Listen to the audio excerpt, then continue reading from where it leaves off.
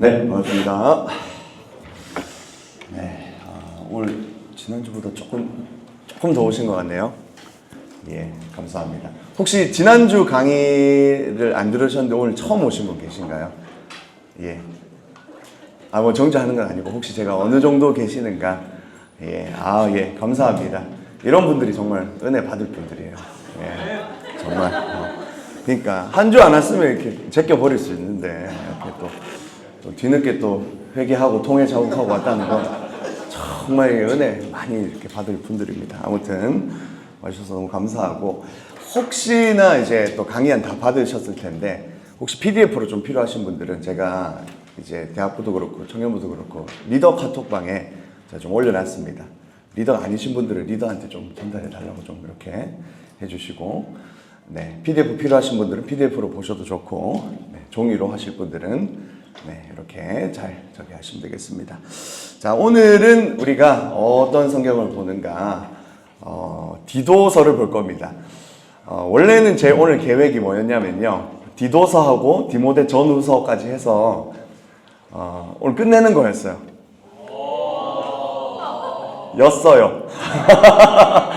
근데 그래서 이제 사실 이제 디도서가 뭐 그렇게 길진 않거든요. 혹시 디도서 몇 장인지 아세요? 예, 3장까지 있죠. 예, 되게 굉장히 짧은 책이라서 이렇게 오늘 그만 딱 하고 디모데 전후서 딱 하고 이제 끝내면 되겠다 했는데 제가 강의 준비하다가 실패했어요. 근데 이제 그래서 오늘 하루는 이제 디도서로만 이제 하려고 하고요.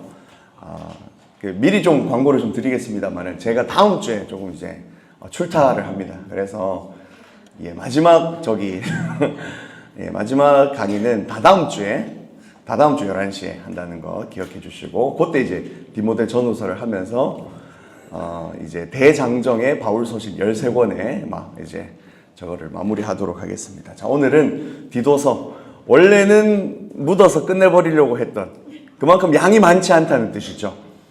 근데 또 이제 이렇게 1시간 꽉 또 채울 좀 분량은 아니고, 그래서 아무튼 오늘 조금 일찍 마칠 수도 있고, 아무튼 그렇다는 이야기들을 합니다. 자, 아무튼 힘내서 오늘 같이 디도서 한번 같이 보도록 하겠습니다. 여러분, 디도서 많이 좀 읽어보셨나요?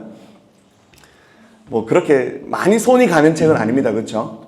내용들도 보면 그렇게 이제 은혜가 막 넘치는 책은 아니에요. 여러 가지 이제 권면의 말씀들이 많이 좀 적혀져 있는 책들이고 해서 이 디도서에 대한 이런 인포메이션이 많이 있지는 않습니다.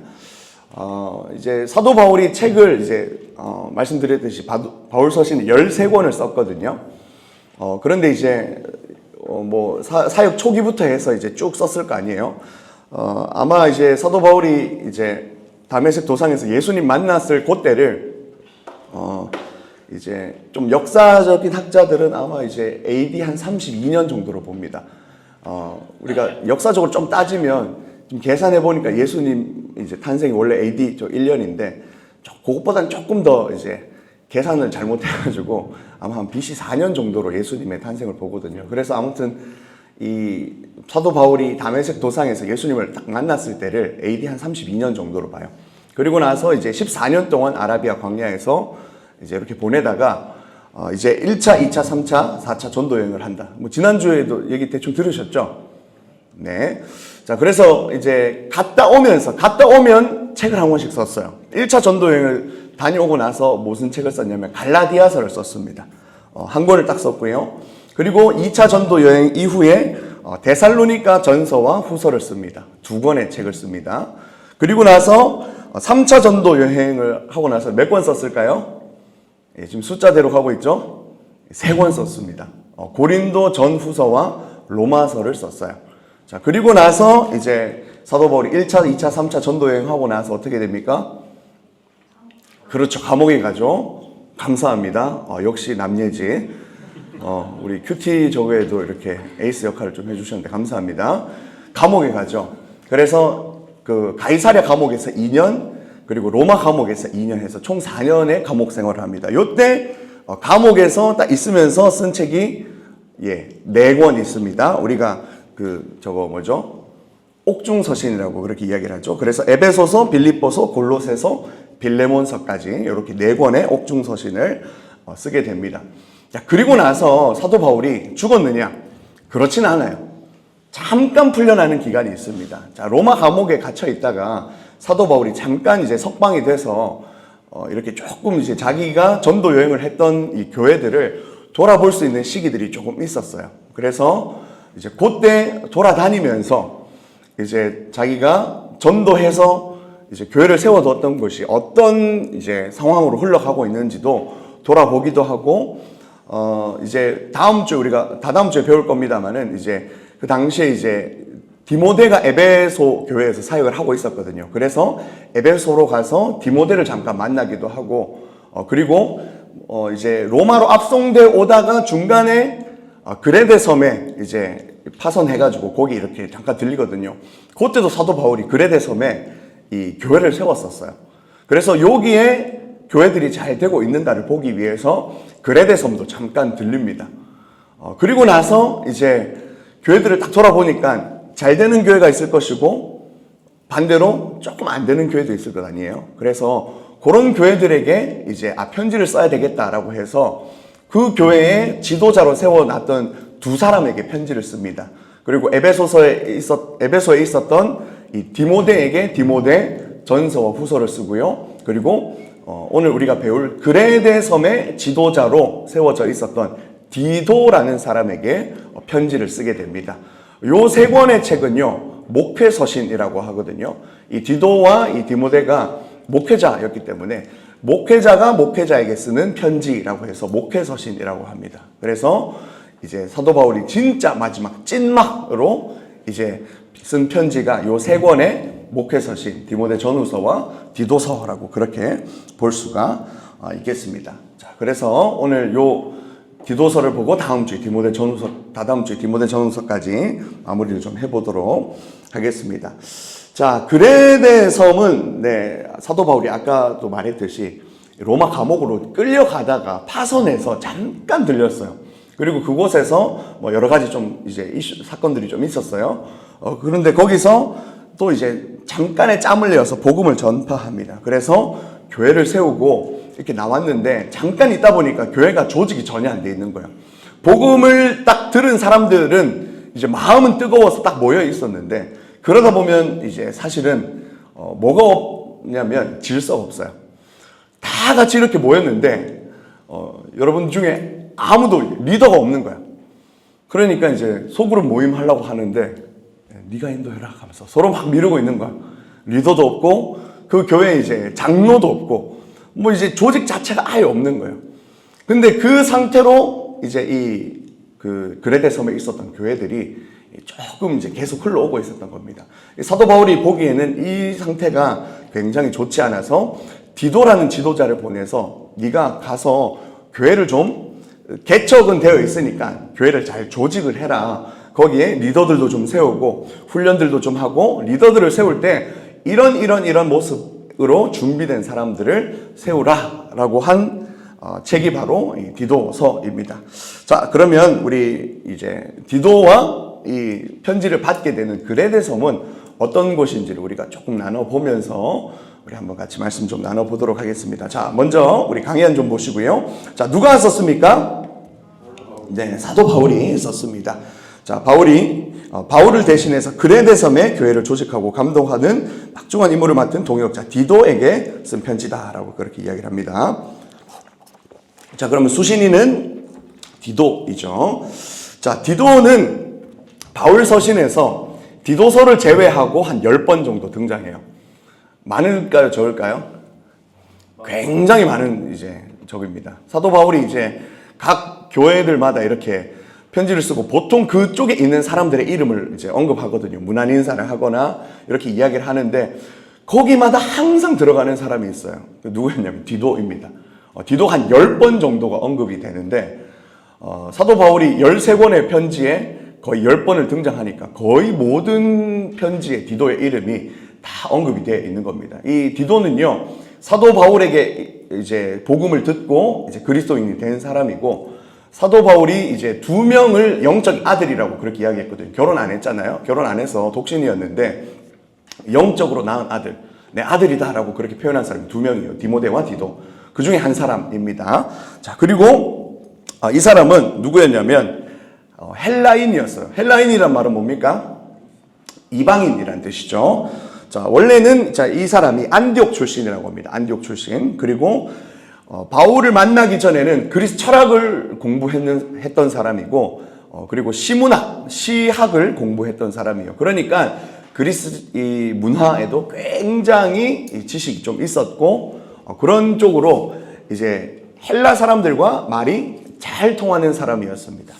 자, 근데 사도 바울이 교회를 개척했던 곳이 어디예요? 보통 다 이방 아닙니까? 뭐 지금의 터키 지역, 그리스 지역 다 이방에 교회를 세웠습니다. 그래서 그 문제가 딱 생기면 말이 잘 통한 사람을 보내야 될 거 아닙니까? 그래서 누구를 자주 보내냐면 이 디도를 정말 많이 보냈습니다. 그래서 디도 문제가 생겼다 그러면 디도 출동 이러면 이제 가가지고 거기 가서 교회 문제를 좀 분쟁을 해결하고 뭐 사도 바울이 썼던 편지를 전달하고 그리고 그 썼던 편지들을 뭐 낭독해 주거나 아니면 편지를 낭독하면서 요거는 요런 뜻이다, 요런 의미이다, 교회에 요렇게 적용해라 라는 것들을 곁들여 주었던 그런 역할을 했던 사람이 바로 디도입니다. 자, 그런데 이 디도에게는 중요한 이슈가 하나 있었어요. 뭐냐면 할례를 받지 않았습니다. 사도 바울의 이제 주요 신학의 쟁점은 뭐예요? 그리스도 안에서 자유 아닙니까? 율법은 폐하고 율법은 이제 옛 것이니까 폐하고 이제 그리스도 안에서 자유를 누려라. 이제 그 예루살렘 교회 성도들이 그래도 이 예수 믿고 이렇게 하려면 할례 받아야지 할례. 그래서 이제 사도 바울의 제자 중에 이 디도가 할례 받지 않고 이렇게 있으니까 계속 좀 시비를 거는 겁니다. 그런데 사도 바울이 이 디도에게 끝까지 할례를 시키지 않았어요. 사도 바울도 고집이 한 고집하거든요. 너네가 아무리 해도 나는 내 신학을 지킨다 이렇게 하면서 디도에게 끝까지 할례를 시키지 않고 오히려 이제 헬라인들에게 복음을 전할 이제 통로로 이 디도를 그렇게 잘 사용했습니다. 그래서 사역하는 동안은 이제 이 유대인들에게 그리고 예루살렘 교회에서 할례 받지 않은 것 때문에 조금 이제 언쟁이 있었지만 오히려 이것이 진짜 자유한 그리스도인의 모습이다라고 하면서 이렇게 그런 귀한 본보기가 되었습니다. 자, 그리고 뭐 보니까 바울이 2차 투옥 되었을 때 함께 있었지만 후에 달마디아로 전도를 떠났다라고 그렇게 이야기를 하고 바울은 디도를 형제, 동역자, 아들로 그렇게 불렀습니다. 그리고 중요한 역할 중에 하나가 그 교회들 중에 정말 많은 문제가 있었던 곳이 있었는데 고린도 교회였거든요. 고린도 전서가 막 문제에 대한 여러 가지 이야기들을 하잖아요. 이제 이 고린도 전서와 후서를 들고 갔던 사람이 바로 이 디도입니다. 가서 고린도 교회에 가서 너네 정신 차려라. 이렇게 하면 망한다. 혼난다. 하고 이제 그 교회들이 이제 회개하고 바울에게 답서를 써줘요. 우리가 잘못했습니다. 열심히 하겠습니다. 라고 한 거를 답서를 들고 이제 사도 바울에게 가서 선생님 지금 고린도 교회가 회개하고 이렇게 한다고 합니다. 라는 그런 답서까지 전달해 준 사람이 바로 디도입니다. 자, 그래서 디도의 이름이 신약에 나올 때마다 그는 대체로 바울의 문제 해결사로 그렇게 쓰임 받았다라는 것 보시면 되겠습니다. 자, 언제 쓰여졌는가? 주후 63년입니다. 사도 바울이 1차 투옥에서 풀려난 이후에 기록된 서신입니다. 자, 굉장히 사도 바울이 이제 말년에 그렇게 쓰여진 책이고요. 자, 어디서가 중요합니다. 자, 이 책이 어디로 보내지는지가, 어디서 썼고 어디로 보내지는지가 굉장히 중요한 책입니다. 왜냐하면 이 책은 이 지리적인, 이 장소적인 요건이 굉장히 독특하게 이제 드러난 책이기 때문입니다. 자, 어디서에서부터 한번 보도록 할게요. 자, 에베소에서 디모데를 만난 후, 잠깐 로마 감옥에서 풀려난 이후입니다. 디모데를 만난 후 바울은 그레데 섬으로 가서 한동안 사역하고 나서 디도에게 사역을 맡기고 이 섬을 떠났다. 자, 풀려나고 나서 그레데 섬을 돌아보면서 여기 문제가 많네 하면서 디도를 거기에 이제 교회 지도자로 세워놓고 이제 잠깐 나왔습니다. 자, 그러면서 여기에서 교회를 잘 조직하도록 그렇게 이야기를 합니다. 자, 그러면 그레데 섬은 자꾸 이야기를 하는데, 그레데 섬은 어떤 섬인가? 그 지중해 한 가운데 있는 섬이고, 그리스에 이제 속해 있었던 섬입니다. 지금으로 치면 이제 크레타 섬입니다. 뭐 이렇게 그리스 신화에도 많이 나오죠. 그리스 신화에도 많이 나오고, 지금도 휴양지로 굉장히 유명하다고 합니다. 크레타 섬 가보셨어요? 아니요. 예, 저도 가보고 싶습니다. 굉장히 큰 섬인데, 그리스의 섬들 중에는 제일 큰 섬이고, 제주도의 한 4-5배 정도 된다고 합니다. 한 4배 정도 된다고 하고요. 지중해의 모든 섬들 중에서 5번째로 큰 섬이고, 1, 2, 3, 4번은 어딘지 잘 모르겠어요. 아무튼 그렇다고 합니다. 자, 섬이고, 이제 또 지중해, 대충 크레타 어디 있는지 대충은 아시죠? 네. 지중해 또 한가운데 이렇게 딱 있잖아요. 그러다 보니까 항구도 굉장히 많고 오가는 사람이 굉장히 많았던 곳입니다. 자, 그러다 보면 보통 어떨까요? 사람들이 성격이 어떨까요? 드세요.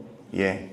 뭐 이렇게 뭐 바닷가 분도 제가 뭐 폄하하고 싶은 마음은 없습니다만은 보통은 이제 그런 곳에 이제 사람이 많이 모이고 문화가 많이 모이고 종교가 많이 모이고 이러다 보니까 분쟁도 많았고, 거기서 이제 살아가다 보니까 사람들이 굉장히 드셌습니다. 자, 그래서 보니까 뭐 주마에 보시면 주 1세기경 그 섬 주민들은 거짓말쟁이며 도덕적으로 매우 타락해 있었다라고 그렇게 이야기를 합니다.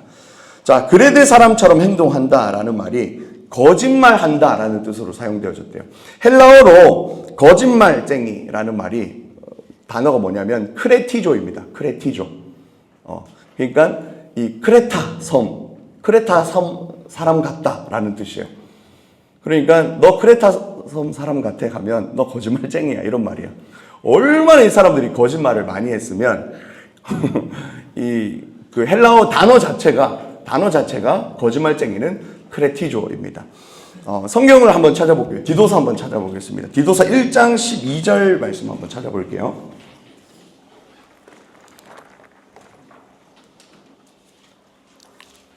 성경책 다 있으신가요? 예, 뭐 없으셔도 돼요. 예. 없으면 옆에 분 한번 보시고. 디도서 1장 12절 같이 읽어보겠습니다. 시작. 그레데인 중에 어떤 선지자가 말하되 그레데인들은 항상 거짓말을 지며 악한 짐승이며 자, 그레데 사람들은 어떻다고요? 이런 사람들입니다. 그런데 이게 바울이 한 얘기가 아니고 이게 그 그레데인 중에 어떤 선지자, 그러니까 그레데 출신의 어떤 철학자가 한 이야기예요. 실제로 에피메니데스라는 철학자가 그레데인이에요. 그레데 출신인데 자기 민족에 대해서 글을 쓰면서 이놈들은 항상 거짓말쟁이고 악한 짐승이고 배만 위하는 게으름뱅이다.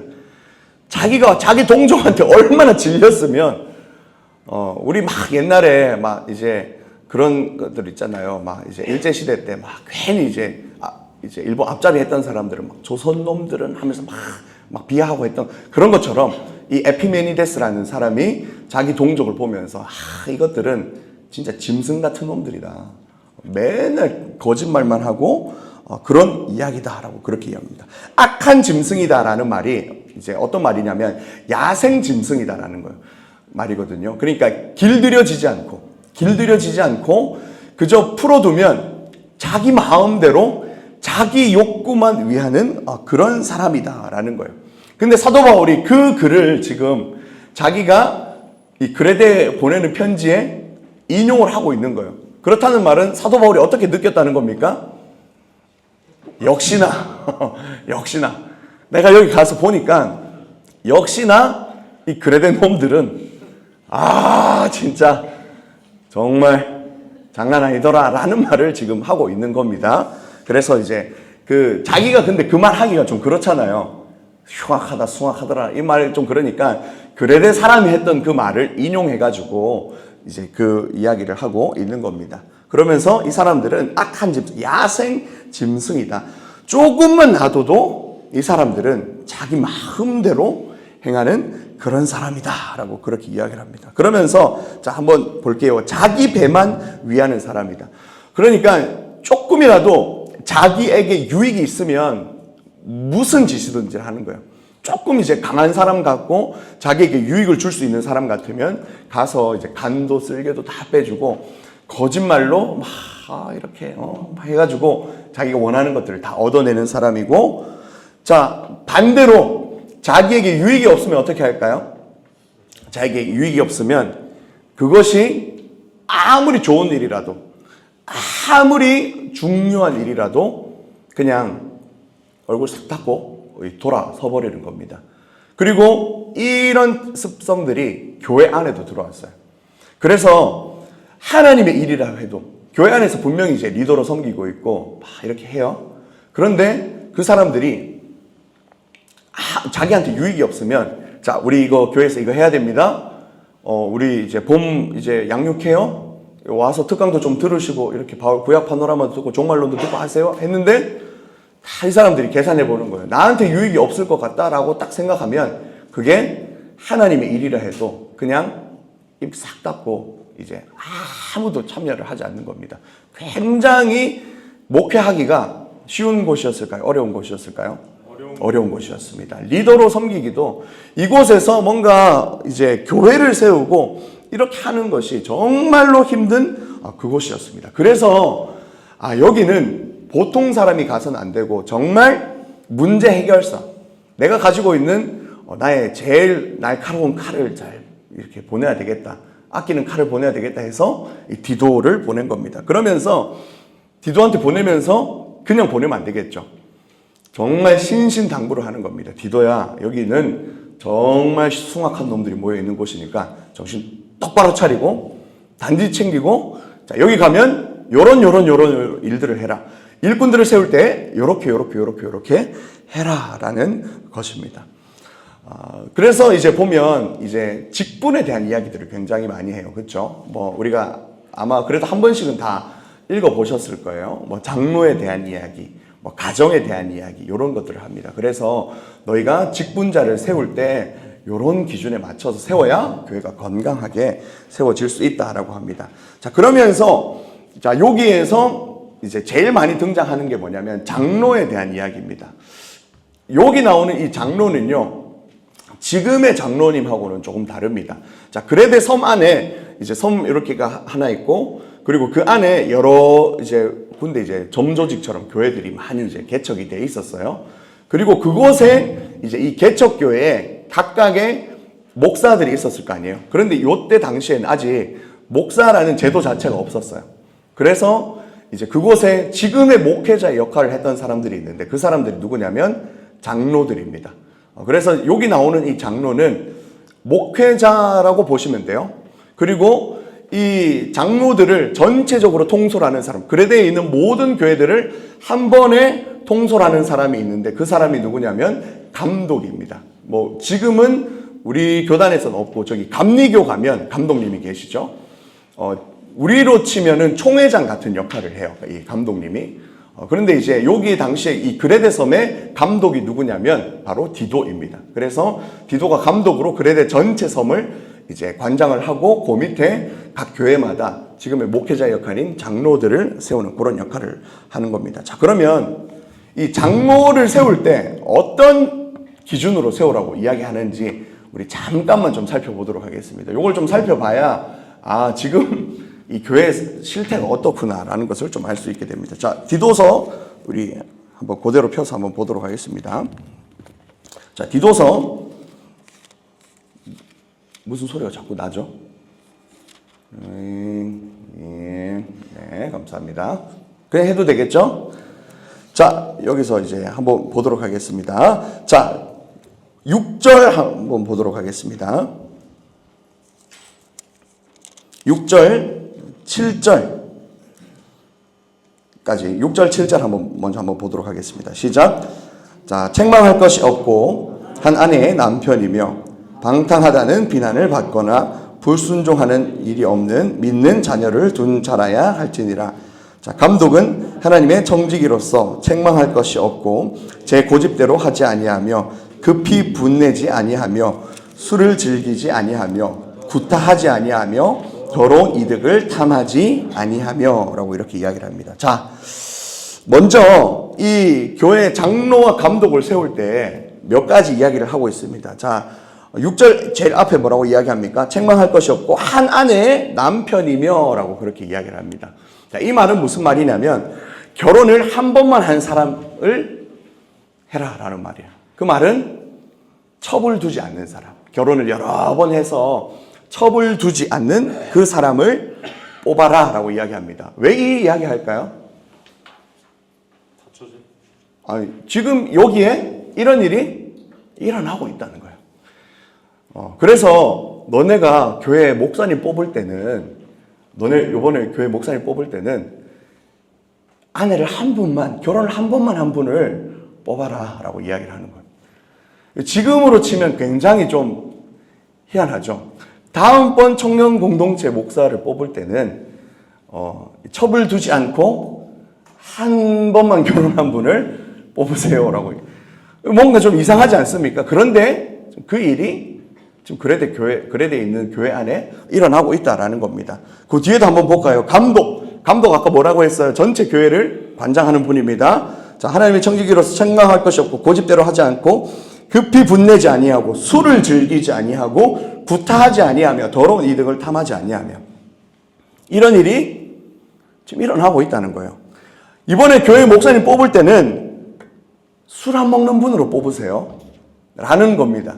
구타하지, 그러니까 교회 목사님이 하다가 그레덴 놈들이 다 하니까 야이씨 하면서 목사님이 이제 패는 거예요. 그러니까 요번에 목사를 뽑을 때는 구타하지 않는 사람을 뽑으십시오 라고 이야기를 하는 겁니다. 더러운 이득을 취하지 않는 사람, 교회 안에서 이 지도자라는 사람이 뒤로 돈을 막 받는 겁니다. 더러운 막 하면서 돈 준 사람한테만 막 잘해주고 사랑하고 막 이렇게 하는 겁니다. 그리고 분내지 아니하고 자기랑 뭔가 뜻이 안 맞으면 야이 하면서 막, 그러니까 이때 당시에 여기에 있었던 지도자의 상이 지금 그려지죠. 이런 사람이 지금 세워져 있었다라는 거예요. 그리고 교회 안에서 그냥 이렇게 힘 있는 사람이 그저 지도자가 돼가지고 교회를 많이 어지럽히고 굉장히 힘들게 하고 있었다라는 겁니다. 그래서 네가 이번에 가서 목회자를 세우고 교회들을 조직하고 리더들을 세울 때는 이런 것을 하지 않는 사람, 분내지 않는 사람, 사람들이 물론 거기 힘들지, 거기 있는 사람들이 네 마음대로 분명히 안 될 거야. 그런데 그렇다고 해서 분을 내고 막 폭력을 하고 술 마시고 더러운 이득을 취하고 이런 사람은 지도자로, 교회의 지도자로 적합하지 않다라는 거예요. 교회는요, 정말 아무리 좀 힘든 일이 있어도, 아무리 이 지체들하고 너희가 정말 이 한 마음이 금방 쉽게 잘 안 된다 할지라도 분내서는 안 된다. 화내지 않고 사랑으로 안고 정말 그들을 위해서 정말 헌신할 수 있는 사람이, 그런 사람이 이 교회 지도자가 되어야 된다라고 그렇게 이야기를 하고 있는 겁니다. 사실 뭐 이때 당시에, 지금은 뭐 교회 목회자들이 교회에서 주는 사례비도 받고 이렇게 하지만 이때 당시에 사람들은 다 자비량으로 선교했어요. 자기 돈 써가면서 했다고요. 자기가 장사를 해가지고 그 돈 가지고 교회 세우고 사람들한테 막 먹을 것도 사주고 이렇게 막 캠퍼스 신방도 하고 뭐 이렇게 하면서 그렇게 해서 교회들을 세우고 사람들을 세웠다라는 거예요. 사실 바울이 뭔 유익이 있었어? 이렇게 해가지고 뭔 유익이 있습니까? 갔는데 복음 전해서 잘 듣고 잘 따라와요. 그리고 막 으쌰으쌰해서 교회를 한번 우리 잘 해보자라고 하는 사람들하고만 사실 사역해도 사도 바울은 욕먹지 않을 수 있습니다. 왜냐하면 너무나도 많은 일들을 했거든요. 여기서 복음을 전했는데 안 들어요. 그러면 그냥 뭐 먼지 털어버리고 그냥 너 쪼대로 살아라 이러고 딴 데 가도 됐습니다. 그런데 사도 바울이 그렇게 하지 않고 정말 속 썩여가는 이 그레데 사람들을 끝까지 안고 이 사람들을 한번 복음을 전하고 잘 사역해보자라고 그렇게 이야기를 합니다. 사도 바울이 왜 이렇게 했을까요? 왜 이런 마음으로 이렇게 사역했을까요? 자, 그 이유가 바로 3장 3절에 있습니다. 3장 3절에 사도 바울이 왜 이런 마음으로 이 그레데 사람들에게 복음을 전하고 이 그레데 사람들의 교회를 잘 돌봤는지가 나와 있습니다. 3장 3절 말씀 한번 같이 읽겠습니다. 시작. 우리도 전에는 어리석은 자요 순종하지 아니한 자요, 속은 자요, 여러 가지 정욕과 행락에 종 노릇한 자요, 악독과 투기를 일삼은 자요, 가증한 자요, 피차 미워한 자였으나. 아멘. 자, 뭐라고 이야기합니까?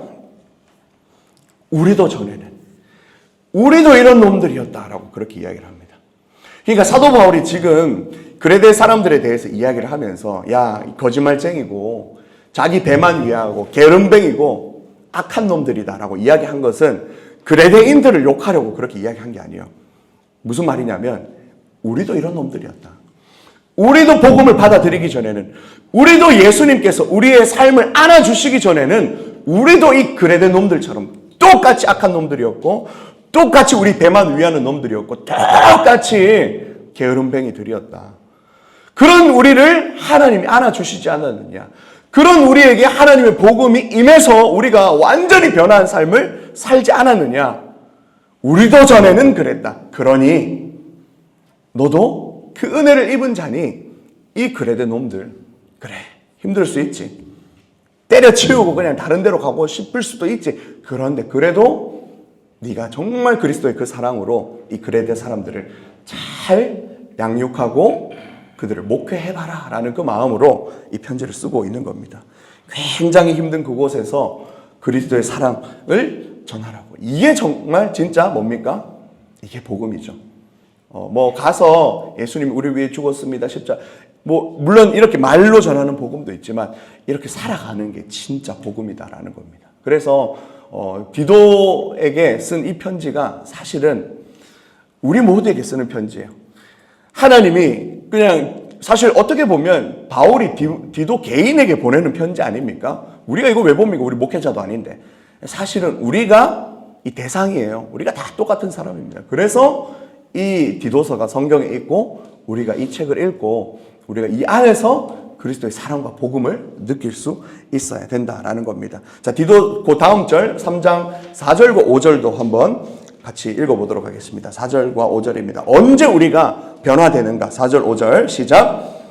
우리 구주 하나님의 자비와 사람 사랑하심이 나타날 때에 우리를 구원하시되 우리가 행한 바 의로운 행위로 말미암지 아니하고 오직 그의 긍휼하심을 따라 중생의 씻음과 성령의 새롭게 하심으로 하셨나니. 자, 우리가 언제 구원받는다고요? 구주 하나님의 자비와 사람 사랑하심이 나타날 때라고 합니다. 하나님이 우리를 자비하시고 긍휼하게 여기실 때, 그리고 주님의 사람 사랑하심이 나타날 때, 그때 우리가 구원받는다. 그러니까 너도 긍휼의 마음을 가지고 여기서 사역해라. 너도 이 사람 사랑함을 가지고 이곳에서 사역해라 라고 디도에게 그렇게 권면하고 있는 것입니다. 사랑하는 여러분, 정말 이런 마음으로 사도 바울이 정말 이 절절한 심정으로 이때 이제 죽음을 얼마 앞두지 않았을 때거든요.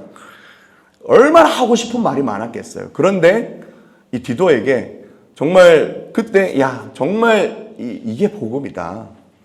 그 바울의 이 절절한 심정을 여러분 느끼시면서 이번 한 주 숙제 뭐죠? 지난주보다 절반으로 줄어들었어요.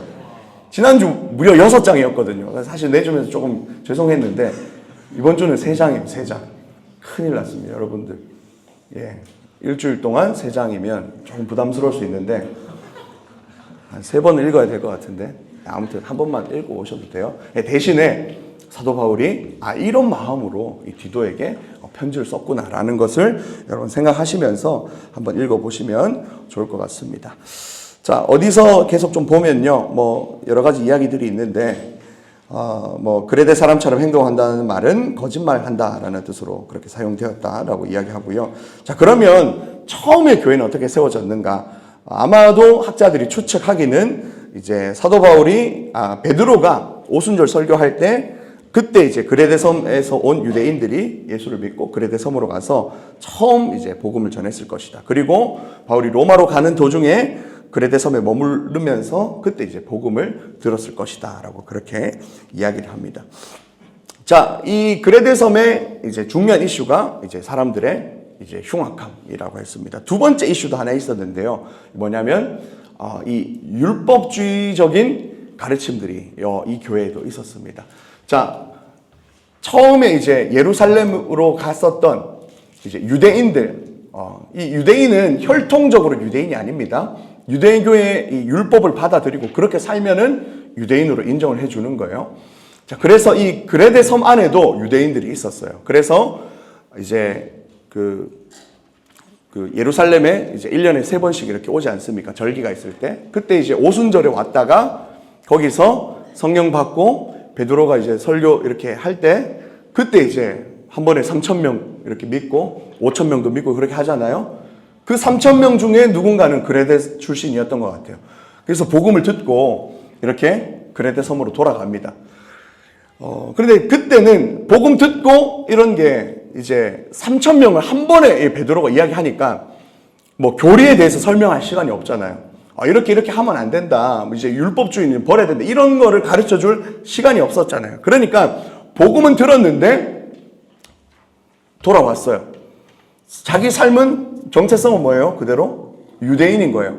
유대인 출신 이제 그리스도인인 거예요. 그래서 이제 신앙생활을 어떻게 하냐면 그리스도인이라고 말은 하지만 그대로 유대교적인 이 습관을 가지고 살고 있는 겁니다. 그래서 똑같이 정결의식을 해야 됐고, 뭐 똑같이 이제 옛날 막 구약의 제사들 막 이런 거 하려고 했고, 그리고 막 교회 안에 있었던 여러 가지 막 이런 율법적인 이런 일들, 특히 할례 받아야 된다. 할례 받아야 진짜 구원 받는다라는 이런 생각들이 있었습니다. 그래서 율법주의적인 이런 것들을 사도 바울이 이런 것들도 거짓 가르침들도 멀리 하라라고 그렇게 이야기를 합니다. 자, 그리고 또 하나는 뭐냐면 자, 여기 거짓말이 이제 팽배하다고 했잖아요. 그래서 복음을 전하면서 진실하다, 신실하시다 이런 말을 굉장히 많이 사용합니다. 처음 복음이 전해졌을 때 이 사람들은 이제 헬라 문화권 안에 살다 보니까 그들이 생각하는 신은 누구였을까요? 네, 그리스의 이렇게 신화에 나오는 그런 신들이 원래 자기가 생각하는 이제 신이었죠. 그래서 처음 복음을 들었을 때 이 사람들이 제우스와 예수님을 그냥 똑같은 존재다라고 그렇게 생각을 했대요. 그런데 여러분 제우스는 어떤 신입니까? 우리가 잘 알고 있듯이 바람둥이잖아요. 음흉한 놈이잖아요. 그런데 이 크레타 사람들이 이 제우스가 크레타 출신이라고 그렇게 믿고 있었대요. 그런 이제 썰이 있다고 하더라고요. 그래서 이 제우스가 바람둥이인데 보통 어떻게 합니까? 막 모습을 둔갑해가지고 막 접근을 해서 막 홀려가지고 이렇게 애 낳고 도망가고 이런 거. 근데 제우스의 이런 바람둥이적인 기질, 거짓말쟁이적인 기질이 우리 크레타 혈통이다 해서 굉장히 그걸 자랑스럽게 생각했대요. 야 역시 우리 제우스, 우리 크레타 사람 아이가 내가 하면서 사우나도 가고 나이만 거예요. 그런데 복음이 전해졌는데 예수님을 그 제우스랑 똑같은 존재로 이제 인식을 하는 거예요. 사도 바울이 가니까 허파가 뒤집어지잖아요. 그래서 뭐라고 이야기합니까? 그리스도는 거짓말쟁이가 아니다. 그리스도는 진실하신 분이다. 예수는 신실하신 분이다. 앞과 뒤가 똑같고 처음과 나중에 변함이 없으신 신실하신 분이 바로 그리스도이시다. 그래서 예수 그리스도는 이 제우스와 그리스의 신들과는 완전히 다르다라는 것을 이야기를 합니다. 자, 그러니까 너희가 이제 그리스도를 믿었으니까 너희의 삶도 어때야 되겠어요? 진실해야 된다라는 거죠. 그래서 그 전에는 거짓말하는 게 자랑스러웠어요. 남을 잘 속이면 야, 너 잘 속였다. 너 사기 잘 쳤다. 이게 칭찬의 그거였다면 이제는 너희가 그런 삶은 이제 버리고 얼마나 진실한 사람인지가 너희 안에서 이 삶의 중심이 돼야 되고 그런 사람들을 이렇게 중에서 정말 신실한 사람을 잘 보고 신실한 사람을 교회 지도자로 뽑아야 된다라는 이야기를 하고 있는 겁니다. 자, 그래서 이 주제를 보면요. 자, 여러 가지 행동 지침에 대해서 이야기를 합니다. 올바른 교리를 강조하고 진리를 거스르는 자들에게 경고할 뿐만 아니고 선한 행실을 강조하고 교회 안에서 여러 그룹들이 바르게 처신하도록 가르치는 서신서이다 라고 그렇게 보면 되겠습니다. 자, 그래서 이렇게 쭉쭉쭉쭉 있고요. 왜 보면 디도서는 그레데 섬에 있는 교회들을 권면하고 돌아봐야 하는 디도의 역할과 책임을 다룬다라고 그렇게 볼 수가 있겠습니다. 자, 그러면 마지막으로 우리 마지막 장에 우리 생선 뼈다귀 보시면서 디도서가 대충 어떻게 되어 있는지 어떤 구조를 한번 잠깐 살펴보고 마무리하도록 하겠습니다. 지난주 에베소서에 비하면 가지가 앙상하죠? 할렐루야. 자, 크게 두 파트로 이루어져 있어요. 자, 1장과 2장, 3장 이렇게 되어 있습니다. 1장에는 장로를 세우라. 2장에는 자, 부족한 일을 바로잡으라 라는 파트로 크게 두 가지로 나눠져 있어요. 자, 그래서 머릿말에 1장 1절에서 4절에 보면 자, 인사 칠입니다. 자, 근데 인사를 하면서도 그냥 허투루 인사하는 것이 아니고 자, 거짓이 없으신. 자, 이 그레데 섬의 주요 포인트는 거짓. 그런데 복음은 거짓이 없다라는 겁니다. 진실하다는 거예요. 그래서 거짓이 없으신 하나님께서 약속하신 이 영생에 대한 소망을 가지고 살아라. 하나님은 거짓이 없으신 분이다. 그래서 너희에게 주신 이 영생이 정말 너희에게 정말 끝까지 변치 않고 임할 것이다 라는 축복의 인사들을 합니다. 그러니까 사도 바울이 그냥 복음의 내용에 대해서 물론 쓰는 거지만 그 당시 그쪽 사람들에게 가장 적합한 이야기들을 하는 거예요. 복음에 대해서 이야기하면서 이 복음을 주시는 분은 거짓 없으신 하나님이시다라는 이야기를 하는 것이죠. 자, 그러면서 그 다음 파트는 자격을 갖춘 장로들을 세우라라고 이야기를 합니다. 자, 그래서 이 당시에 너희들이 가지고 있었던 그레데의 방식 말고 이제 그리스도의 방식, 성숙한 남편, 그리고 정말 신실한 아버지를 리더로 세우라라는 그런 이야기를 하고 있습니다. 그리고 1장 말미에는 10절부터 16절까지는 이 율법주의자들을 경계하는 이야기들을 해요. 거짓 교사들을 경계하라라고 되어 있습니다. 이 거짓 교사들은 율법주의자들입니다. 그래서 이렇게 여러 가지 율법의 요구들을 막 계속 복음에 섞으려고 하는 그 사람들, 그거 거짓 가르침이니까 너희가 잘 경계해라라고 그렇게 이야기를 하고 있습니다. 자, 두 번째 파트는요, 2장과 3장에는 바른 교리를 붙잡으라라고 그렇게 이야기를 합니다. 사도 바울이 너희가 이 율법주의에 빠져 있고 또한 그리고 굉장히 방탕한 삶을 살고 있는 것은 복음에 굉장히 저해가 된다라고 그렇게 이야기를 합니다. 세 가지를 이야기를 하거든요. 그래서 너희의 이 방탕한 것이 첫 번째는 말씀이 비방받게 되는 그런 근거가 된다라고 합니다. 말씀이 비방받게 되는 근거가 되고, 두 번째는 험담을 할 이유를 제공하게 한다라고 합니다. 다른 사람들이 이 복음에 대해서 험담할 이 거리를 만들어주니까 너희가 방탕한 생활을 접어두라라고 그렇게 이야기를 합니다. 그리고 세 번째는 하나님의 가르침이 설득력을 잃을 것에 대해서 이야기를 합니다. 너희가 나중에 복음을 전할 때 너희 행실이 이러면 복음을 전해도 전혀 이게 능력이 없으니까 너희의 방탕함을 잘 이렇게 제거하고 경건한 삶을 살아라고 합니다. 자, 그래서 이 2장에 보면요, 이 각 파트별로 늙은 남자, 늙은 여자, 젊은 남자, 젊은 여자들에 대해서 막 각각 이렇게 메시지들을 줍니다. 그래서 늙은 남자들과 여자들은 절제하고 경건한 삶을 살아서 좋은 본이 되도록, 다른 사람들에게 좋은 본이 되도록 그렇게 노력해라라고 그렇게 이야기를 합니다. 그리고 이 젊은 여자들에게는 그 당시에 이곳의 젊은 여인들은 좀 방탕한 이 성생활들을 좀 했습니다. 그래서 이 자유로운 성관계를 이제 접어두고 건강한 결혼 제도 안에서 남편과 자녀를 사랑해라라는 그 말을 합니다. 그래서 이 신뢰할 만한 배우자를 찾아서 안정되고 건강한 결혼 생활을 하도록 노력해라. 그것이 가정도 잘 사는 길이고 교회도 건강하게 사는 길이다. 그리고 젊은 남자들은 너희가 유익하고 건전한 시민이라는 평판을 받도록 너희가 그렇게 살아라라고 그렇게 이야기를 합니다. 그리고 복음이 전해지니까, 복음은 이 신분을 아무튼 이렇게 어떻게 보면 이 주인과 종 이런 것들에 대해서 좀 반하는 이야기잖아요. 그러다 보니까 그리스도인들이 종들에게 굉장히 선하게 잘 대해줬어요. 비교적. 그래서 선하게 잘 대해주니까 이 그리스도인 가정에 있었던 종들이 반란을 일으키는 경우가 좀 흔했다고 합니다. 주인이 좀 잘 대해주니까. 그래서 이 종들에 대해서도 이야기를 합니다. 너희가 주인이 좋은 대우를 해주는데 이 좋은 대우가 반란의 이유가 돼서는 안 된다. 너희의 주인에 대해서도 너희가 신실하고 너희가 선하게 그렇게 잘 대해라 라는 그런 이야기들을 하고 있습니다. 자, 요게 2장의 내용입니다. 자, 그런데 2장의 내용이 뭐라고요? 바른 교리를 붙잡으라 라고 되어 있습니다. 분명히 요거는 지금 교리와는 조금 다른 것 같지 않습니까? 교리는 뭐예요? 딱딱하고 뭐 이제 성경 말씀을 해석해 놓은 이런 것들이 교리 아닙니까? 그런데 실제 내용은 뭐예요? 행동 지침에 대해서 이야기하고 있어요. 그러니까 무슨 말이냐면 진짜 이 성경 말씀은 진짜 교리는 그냥 펜으로 굴리는 게 아니고 너희의 삶에서 드러나야 된다라는 것입니다. 자, 그래서 삶에서 이 하나님의 이 구속의 은혜들이 드러나야 된다.